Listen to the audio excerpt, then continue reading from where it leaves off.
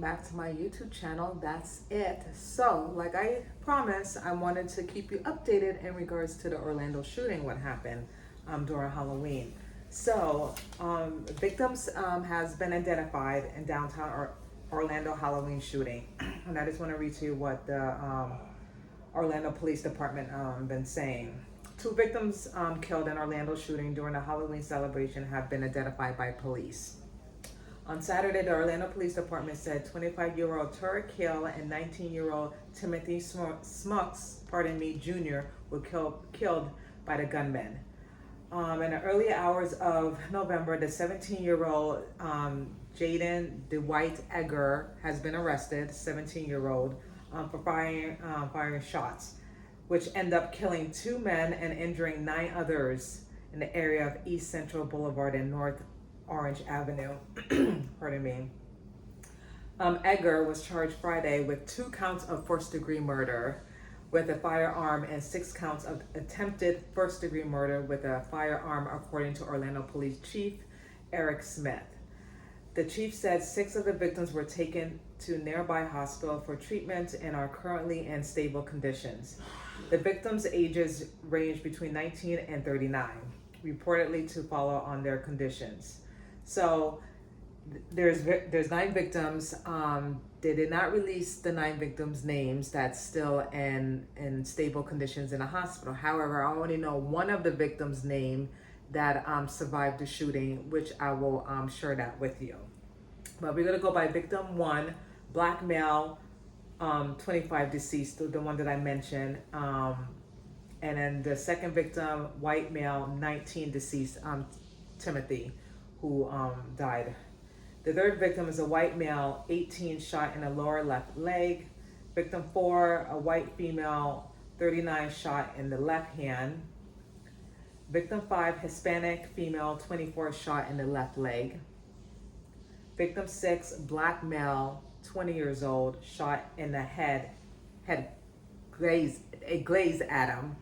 And then the 6th victim, the 20-year-old, is Anthony Berry, and he spoke out, at the hospital and saying that thank God that he's here and he's alive. And God is good that it could have been a lot worse for Anthony, and he's lucky to be alive. And then the bullet just grazed his head.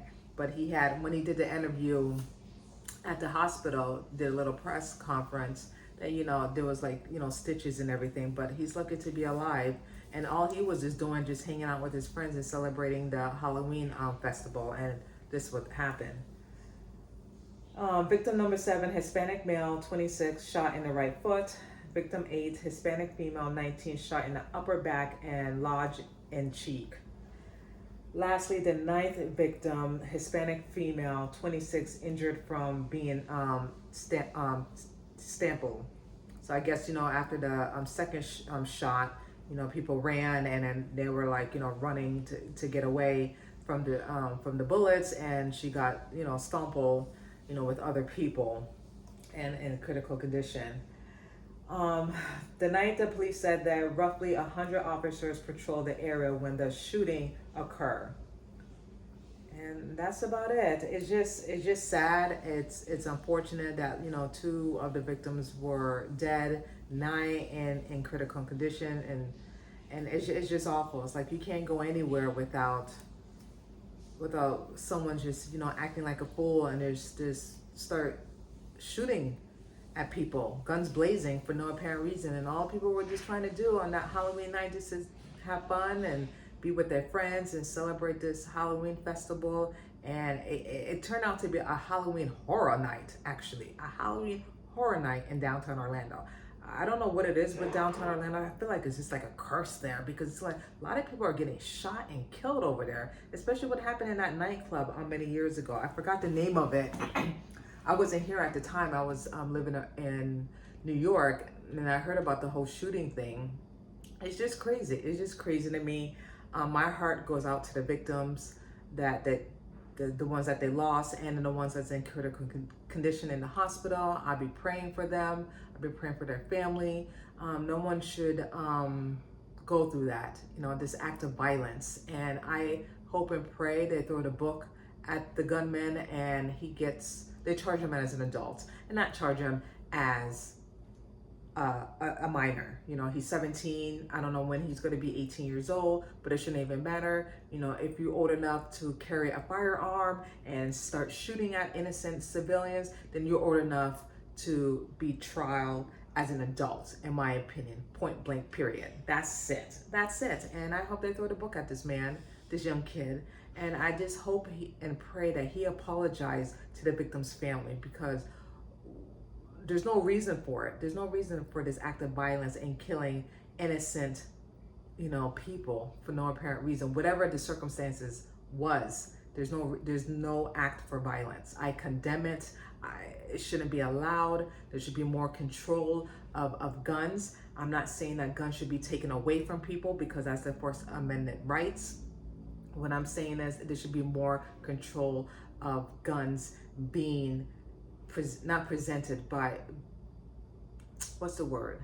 Not presented. There should be more gun control of people who don't need to have their hands on firearms, point blank, period. Unless, you know, you're trying to protect your home, or if you're going hunting, whatever the case might be. You know, they should do more screenings with people when it comes to gun control. And that's all I'm going to say about that. Again, my heart and prayers go out to the victim's family who have lost their loved ones at that horrible incident, at the downtown Orlando. And again, I'm going to be praying for them. But before I go, I just have to say, you know, I didn't mention it in my last video about Beyonce, you know, when she did her 3-minute or 4-minute talk about my body, my rights, you know, because, you know, she's a mother.